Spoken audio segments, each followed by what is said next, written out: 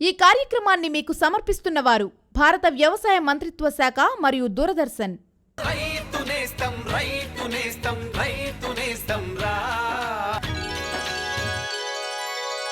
నమస్కారం. రైతు నేస్తం కార్యక్రమానికి స్వాగతం. నా పేరు శ్రీలక్ష్మి. ముందుగా వ్యవసాయ సమాచారం చూద్దాం. గడిచిన 3 రోజులలో రాష్ట్రంలో వాతావరణం పొడిగా ఉంది. పగటి ఉష్ణోగ్రతలు 26 నుండి 32 డిగ్రీల సెల్సియస్ మరియు రాత్రి ఉష్ణోగ్రతలు 7 నుండి 18 డిగ్రీల సెల్సియస్గా నమోదయ్యాయి. ఆదిలాబాద్ జిల్లాలో అతి తక్కువ రాత్రి ఉష్ణోగ్రత 7 డిగ్రీల సెల్సియస్ నమోదైంది. హైదరాబాద్ వాతావరణ కేంద్రం వారు అందించిన సమాచారం ప్రకారం రాబో 5 రోజులలో రాష్ట్రంలో వాతావరణం పొడిగా ఉండవచ్చు.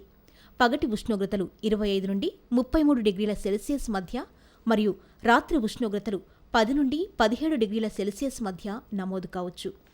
వాతావరణ ఆధారమైన వ్యవసాయ సలహాలు.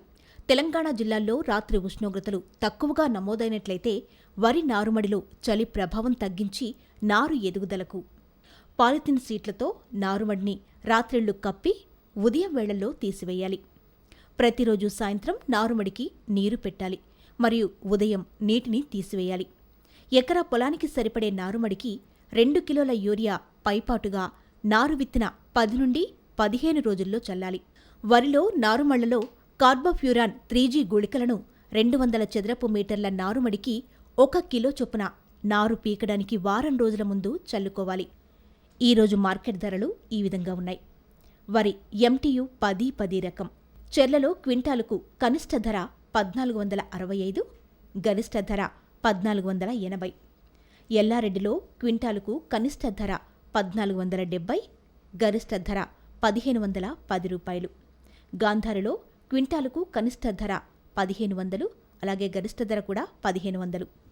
ప్రత్తి ఆదిలాబాద్లో క్వింటాలుకు కనిష్ట ధర 5316, గరిష్ట ధర 5340. వైరాలో క్వింటాలుకు కనిష్ట ధర 4900, గరిష్ట ధర 5200. కేసముద్రంలో క్వింటాలుకు కనిష్ట ధర 5100, గరిష్ట ధర 5330 రూపాయలు. మొక్కజొన్న సిద్దిపేటలో క్వింటాలుకు కనిష్ట ధర 1427, గరిష్ట ధర 1458. గాంధారిలో క్వింటాలుకు కనిష్ట ధర 1365, గరిష్ట ధర కూడా 1365. కేసముద్రంలో క్వింటాలుకు కనిష్ట ధర 1412, గరిష్ట ధర 1424. జనవరి 18వ తేదీ బుధవారం సాయంత్రం 5:30 ప్రసారమయ్యే రైతు నేస్తం ఫోన్ ఇన్ లైవ్ ప్రోగ్రాంలో రబీ కూరగాయల సాగులో సస్యరక్షణ అనే అంశంపై doctor CH Rajagoud, associate professor, college of horticulture, Rajendranagar రైతులడిగే ప్రశ్నలకు నేరుగా సమాధానాలిస్తారు. జనవరి 20వ తేదీ శుక్రవారం సాయంత్రం 5:30 ప్రసారమయ్యే రైతు నేస్తం ఫోన్ ఇన్ లైవ్ ప్రోగ్రాంలో ఆరుతడి పంటలలో నీటి యాజమాన్యం అనే అంశంపై డాక్టర్ AV రామాంజనేయులు, శాస్త్రవేత్త, ప్రాంతీయ వ్యవసాయ పరిశోధనా స్థానం, పాలెం రైతులడిగే ప్రశ్నలకు నేరుగా సమాధానాలిస్తారు. భారతదేశంలో అధిక శాతం మంది ప్రజలు వ్యవసాయాన్ని ప్రధాన వృత్తిగా చేసుకుని జీవిస్తున్నారు. వ్యవసాయం మరియు వ్యవసాయ ఆధారిత రంగాలు దేశ, రాష్ట్ర ఆర్థిక సర్వతోముఖాభివృద్ధికి ఎంతో దోహదపడుతున్నాయి. ఈ నేపథ్యంలో రాబోయే శతాబ్దంలో ఆహార భద్రత కొరకు వ్యవసాయ విభాగాన్ని మరింత పటిష్టపరిచి నిర్దేశిత ప్రదేశంలో పండే పంటల దిగుబడులను అధికం చేయడానికి నిరంతరం కృషి చేస్తున్న వ్యవసాయ విస్తరణ కార్యక్రమం రైతు నేస్తం. ఈనాటి రైతు నేస్తం కార్యక్రమంలో ముఖ్యాంశాలు: పశుపోషణలో సమీకృత సమతుల్య దాణా ప్రాధాన్యత, రబీ ఆముదంలో నీటి యాజమాన్యం, వివిధ పంటలలో పొటాష్ లోపం సవరణ, పత్తి తర్వాత వేసుకోదగ్గ పంటలు. పశుపోషణలో పచ్చిమేత, దాణా బహు ప్రాముఖ్యత చెందింది. పశువు ఉత్పాదక సామర్థ్యం జన్యుపరంగా మేలైన జాతితో పాటు దాణాపై కూడా 60% ఆధారపడి ఉంటుంది. అధిక పాల ఉత్పాదక శక్తి సామర్థ్యాన్ని బహిర్గతం చేయుటకు పోషక విలువలతో కూడిన దాణాన్ని పుష్కలంగా పశువులకు అందిస్తే ఆశించిన పాల దిగుబడులను పొందవచ్చు. కావున పశుపోషణలో సమీకృత సమతుల్య దాణా ప్రాధాన్యత గురించి వివరాలలో తెలుసుకుందాం.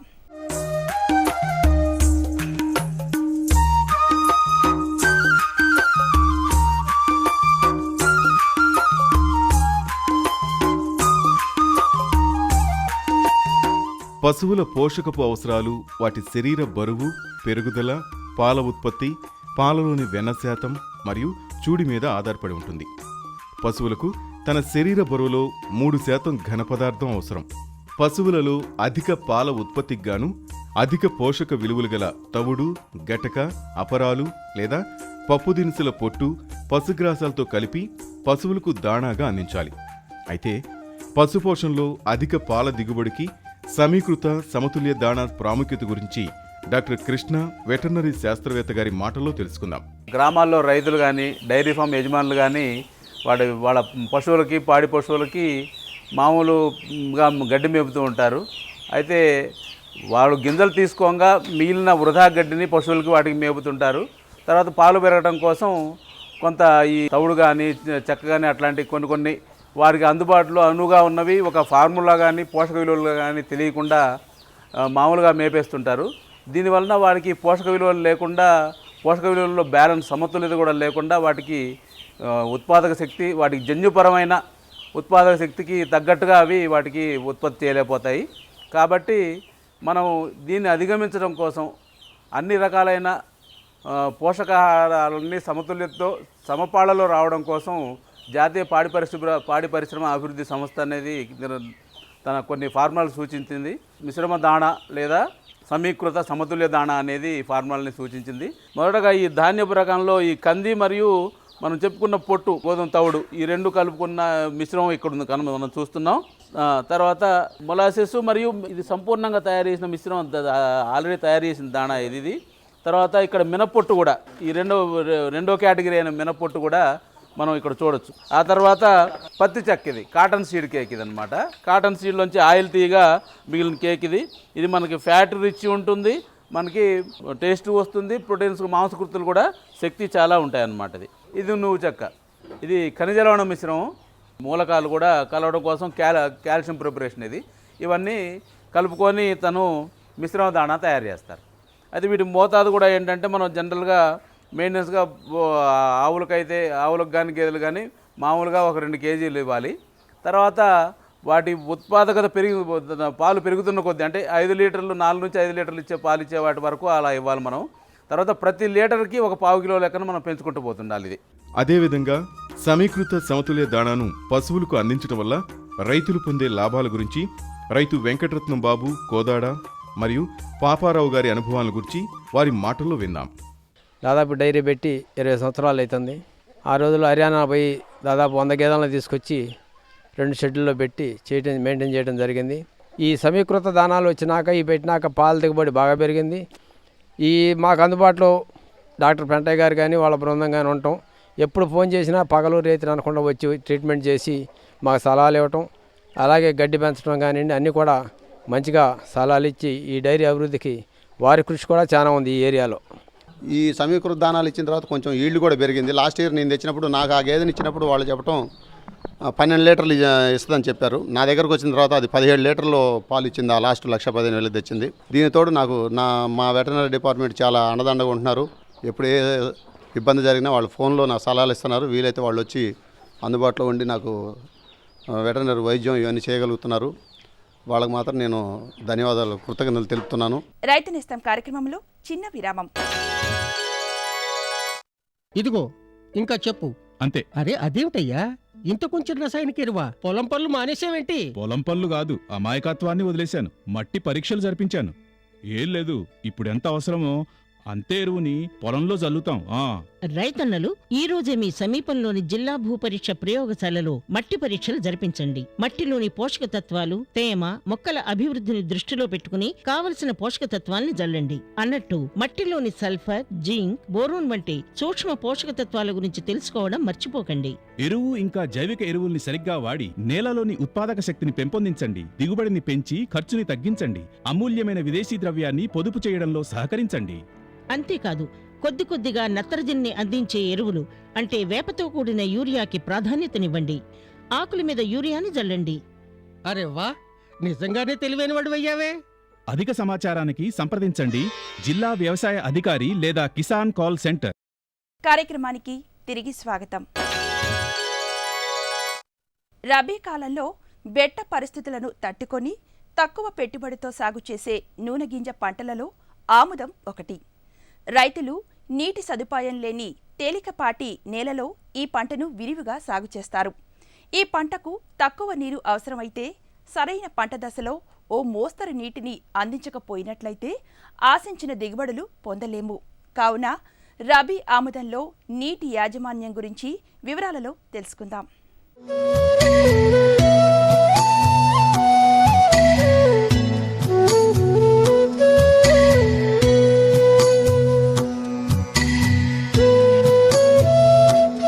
ఆముదాన్ని రబీలో ఆరుతడి పంటగా వేసి అధిక దిగుబడి మరియు అధిక నికర ఆదాయాన్ని పొందవచ్చు. కొన్ని ప్రాంతాల్లో నీటి ఎద్దడి ఎక్కువగా ఉండటం వల్ల ఆముదం పంటలో తక్కువ నీటితో అధిక దిగుబడికి నీటి యాజమాన్య పద్ధతులను పాటించాల్సి ఉంటుంది. కావున రబీ ఆముదం పంటలో పాటించవలసిన నీటి యాజమాన్యం గురించి డాక్టర్ రామాంజనేయులు శాస్త్రవేత్త గారి మాటల్లో తెలుసుకుందాం. ఈ రబీ ఆముదంలో నీటి యాజమాన్య విషయానికి వస్తే 500 నుండి 600 మిల్లీమీటర్ల నీరు 1 హెక్టారు ఆముదం పంటకు అవసరమవుతుంది. ఉదాహరణకు ఎర్ర చల్కా నేలలు, ఎర్ర నేలలు, తేలికపాటు భూములు అయినట్లయితే 15 రోజులకు ఒకసారి నీరు ఇవ్వాల్సి వస్తుంది. అదేవిధంగా నల్లరేగడి భూముల్లో అయితే 20 రోజులకు ఒకసారి నీరు ఇచ్చినా సరిపోతుంది.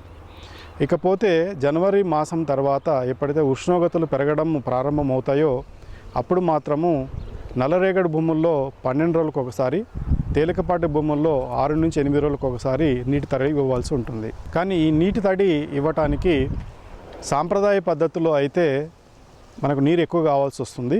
అట్లా కాకుండా కాలువల బోదల పద్ధతి కనుక అవలంబించినట్లయితే కొద్ది వరకు నీటి ఆదా చేసుకోవచ్చు. అయితే నీరు మరీ తక్కువగా ఉన్న సందర్భాల్లో కొన్ని కాలువలకు నీరు ఇవ్వడము, కొన్ని కాలువలకు నీరు ఇవ్వకుండా ఉండడం పద్ధతి అవలంబించవచ్చు. అంటే ఒకసారి నీరు ఇచ్చినప్పుడు బేసి సంఖ్య కాలువలకు ఇవ్వడము, ఇంకొకసారి నీరు ఇచ్చినప్పుడు సరి సంఖ్య కాలువలకు ఇవ్వడము. ఈ విధంగా చేసినట్లయితే దాదాపుగా 50 నుంచి 60% వరకు నీటి యొక్క వినియోగం తగ్గడానికి ఆస్కారం ఉంది. ఇకపోతే నీరు ఇంకా తక్కువగా ఉంది అనుకున్న సందర్భంలో బిందు సేద్య పద్ధతిని అవలంబించుకోవాలి.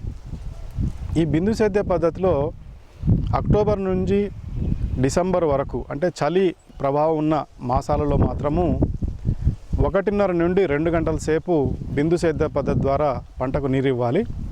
అదేవిధంగా ఉష్ణోగ్రతలు పెరగడం ప్రారంభమైనప్పటి నుంచి అంటే జనవరి 15 తర్వాత మాత్రం 2.5 నుంచి 3 గంటల సేపు ఈ డ్రిప్ ద్వారా నీరు ఇవ్వవలసి వస్తుంది. ఈ విధంగా ఇచ్చినట్లయితే దాదాపు 25 నుంచి 30% వరకు నీటి ఆదా అనేది జరుగుతుంది. ఇకపోతే సందిగ్ధ దశల విషయానికి వస్తే ప్రతి పంటకు కూడా కొన్ని కీలక దశలు లేక సందిగ్ధ దశలు ఉంటాయి. అదేవిధంగా ఆముదం పంటకు కూడా మొదట 45 నుంచి 50 రోజుల మధ్యలో మొదటి గెలకు పూత వస్తుంది. అదేవిధంగా రెండవ గెలకు పూత రావడం లేక రెండవ గెల అభివృద్ధి చెందడం, మూడవ గెలకు పూత రావడం లేక అభివృద్ధి చెందడం, ఈ 3 దశల్లో కూడా అంటే పూత మరియు కాయ అభివృద్ధి చెందే దశ అంటాము. ఈ యొక్క దశలలో కనుక నీటి ఎద్దడి లేకుండా చూసినట్లయితే మనకు మంచి దిగుబడి రావడానికి ఆస్కారం ఉంటుంది. అయితే డ్రిప్ పద్ధతి అంటే బిందు సేద్య పద్ధతి ద్వారా ఎప్పుడైతే నీరు ఇస్తామో మనకు ఫర్టిగేషన్ కూడా ఇచ్చినట్లయితే మంచి ఆశాజనకమైన దిగుబడి రావడానికి ఆస్కారం ఉంటుంది. ఈ ఫర్టిగేషన్ అనేది దాదాపు 4 నుండి 5 కిలోల యూరియా 1 ఎకరానికి వెంచూరీ పద్ధతి ద్వారా ఫర్టిగేషన్ పద్ధతి ద్వారా మనము పంటకి ఇచ్చినట్లయితే దాదాపుగా 35 క్వింటాల 1 హెక్టార్కి దిగుబడి రావడానికి కూడా ఆస్కారం ఉందన్నమాట.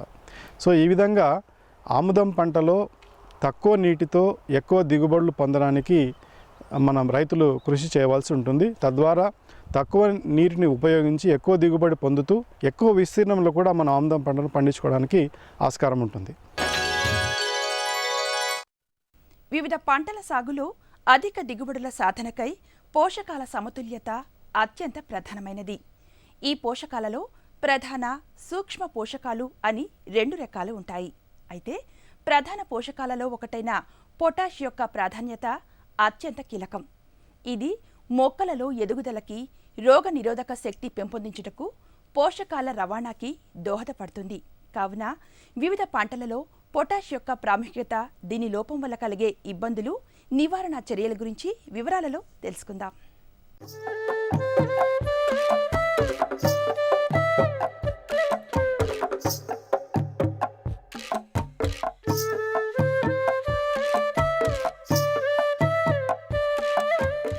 మొక్కకు అవసరమయ్యే 16 రకాల పోషక పదార్థాల్లో పొటాష్ మూలకం మొక్కకి అత్యంత అవసరం.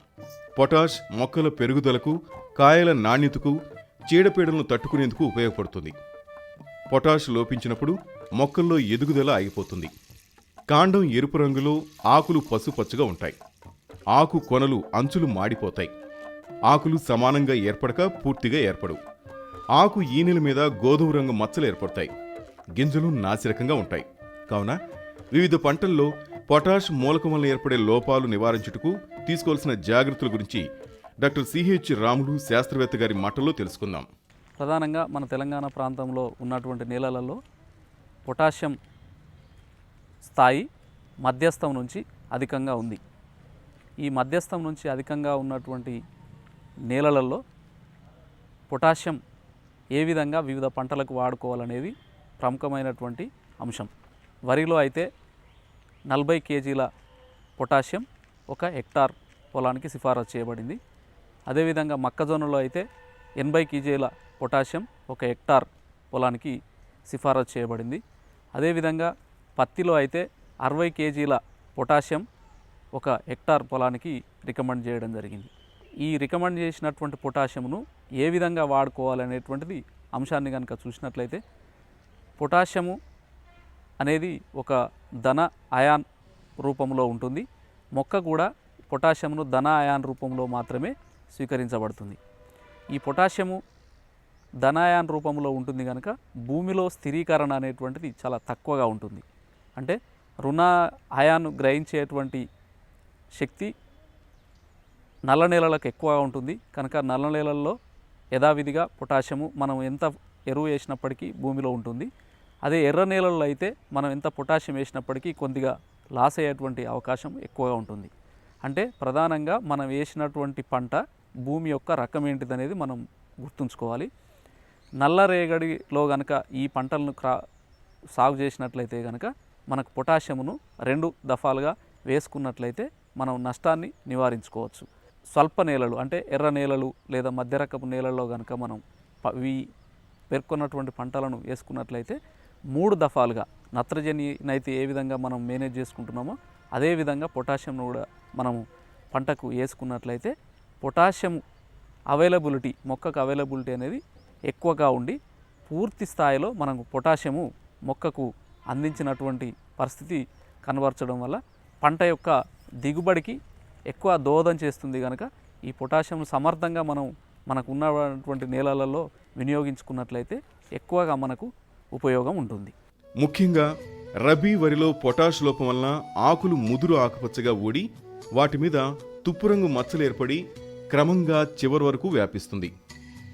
ముదురు ఆకులు ఎండి రాలిపోతాయి. మొక్కలు సరిగ్గా అభివృద్ధి చెందక కొంచెం బలహీనంగా ఉంటుంది. పొటాష్ లోపం వల్ల చాలా రకాల వరి రకాలు పడిపోతాయి. కంకి చిన్నవిగా ఏర్పడతాయి. గింజల శాతం ఎక్కువ అవుతుంది. పొటాష్ లోపం వల్ల అగ్గి తెగులు, సుడి తెగులు, ఆకుమచ్చల తెగులు ఉధృతి పెరుగుతుంది.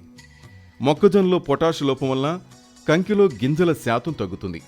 ఆకులు ఎరుపు రంగులోకి మారి ఎండిపోతాయి. మొక్క ఎదుగుదల తగ్గిపోతుంది. వేరుశనగలో పొటాష్ లోపం వల్ల ఆకు ఈనెల మీద గోధుమ రంగు మచ్చలు ఏర్పడి కాయలు సరిగా ఏర్పడవు.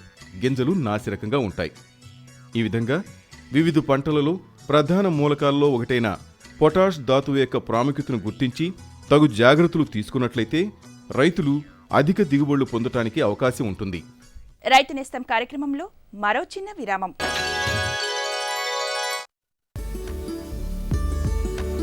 కొత్త సాంకేతికతలు అందరికీ బాగుంటాయి. నేను కూడా నా పొలం తయారీ, నాటడం, దున్నడం, నూర్పిడి వంటి పనుల కోసం చిన్న మిషన్లు నా అవసరానికి తగ్గట్టు కొన్నాను. నేను నా పొలంలో మిషన్ వాడాను. దానివల్ల పని తొందరగా తేలిగ్గా అయింది. వ్యవసాయానికి మంచి వాడకం వల్ల నాకు అందింది మంచి దిగుబడి, ఎక్కువ లాభం. చిన్న మిషన్లైతే మా సొంతానవి, కానీ పెద్ద మిషన్లని మేము సామూహికంగా కొన్నాం. రైతు సోదర సోదరీమణులారా, మీరు కూడా ఉన్నతమైన మిషన్లు, ఉపకరణాల కొనుగోలుపై ఆర్థిక సహాయపు లాభాన్ని పొందండి. మీ ఆదాయాన్ని పెంచుకోండి, ఇంకా సంతోషంగా ఉండండి.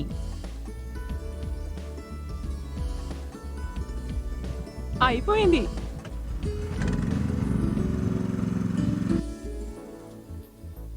నేను నిర్ణయించుకున్నాను. నేను నిన్ను వ్యవసాయ ఇంజనీరింగే చదివిస్తాను.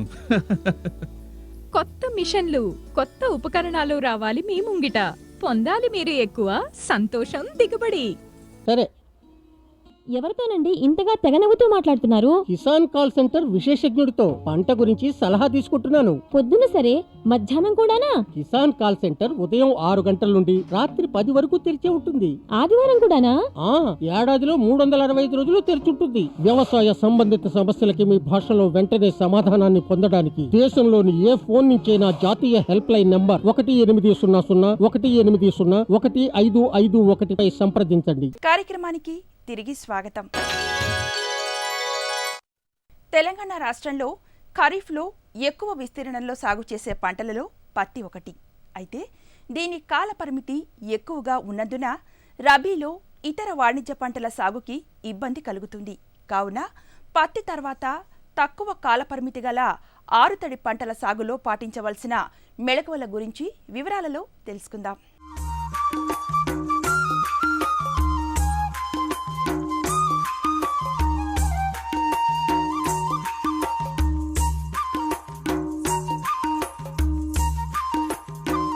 రబీలో పత్తి తర్వాత నీటి ఎద్దడి తట్టుకుని తక్కువ కాలపరిమితి గల పంటలు పొద్దుతిరుగుడు, ఉలవలు, గోరుచిక్కుడు, సజ్జ, రాగి, కూరగాయ పంటలు తేలిక భూముల్లో సాగుకు అనుకూలం. అలాగే మధ్యస్థ బరువు నెలల్లో కందిని దగ్గరగా సాగు చేయటం మంచిది. ఆముదం, గోరుచిక్కుడు, కూరగాయ పంటలు కూడా ఈ నేలకు అనుకూలం. ఇవే కాకుండా అంతర్ పంటలుగా ఒక వరుస ఆముదం, 2 వరుసల పెసర లేదా ఒక వరుస మొక్కజొన్న, ఒక వరుస వేరుశెనగ లేదా మొక్కజొన్నలో పెసర 1:1 నిష్పత్తిలో సాగు చేయవచ్చు. ఈ విధంగా పత్తి తర్వాత అనుకూలమైన పంటల సాగు వివరాలను మరింత క్లుప్తంగా డాక్టర్ జి వీరన్న గారు వివరిస్తారు. ఈ పత్తి పంటను తీసి వేరే పంటను వేసుకునే ముందు మనం నెలను దృష్టిలోనే పెట్టుకొని నీటి తడులను దృష్టిలో పట్టుకొని ఈ పంటలను ఎంపిక చేసుకోవాలి. బరువైన నెలలు ఉండి 4 నుంచి 5 తడులు ఇవ్వగలిగిన చోట మొక్కజొన్న పంటను డిసెంబర్ 15 వరకు విత్తుకోవడానికి అవకాశం ఉన్నది. ఈ మొక్కజొన్న పంటను ఎంపిక చేసుకున్నప్పుడు 110 నుంచి 120 రోజుల్లో కాలపరిమితి గల హైబ్రిడ్ రకాలను ఎంపిక చేసుకోవాలి. ఇదే కాకుండా తేలికపాటి నెలలు ఉండి 1-2 తడులు ఇవ్వగలిగిన చోట నువ్వు అనే పంటను విత్తుకోవచ్చు. ఈ నువ్వు అనే పంటను జనవరి 15 నుంచి ఫిబ్రవరి 15 వరకు విత్తుకోవడానికి అవకాశం ఉంది. ఈ నువ్వు పంటను విత్తుకునే ముందు రైతాంగము మొక్కల సంఖ్య విషయంలో జాగ్రత్త వహించాలి. ఈ పల్చగా మొక్కలు ఉన్నట్లయితే మంచి దిగుబడిని ఇస్తుంది. అదే సాళ్ళల్లో మొక్కల సాంద్రత కనుక ఎక్కువగా ఉన్నట్లయితే మనకు బలహీనంగా పెరిగి తక్కువ దిగుబడి వచ్చే అవకాశం ఉంది.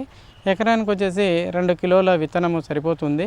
ఈ 2 కిలోల విత్తనానికి 6 కిలోల ఉసుకను కలిపి సాలలో వేసుకున్నట్లయితే ఈ మొక్కల సాంద్రత అనేది సాళ్ళ మధ్యలో మొక్కకు మొక్క మధ్యలో మనకు 4 ఇంచుల దూరంలో ఉండడానికి అవకాశం ఉంది.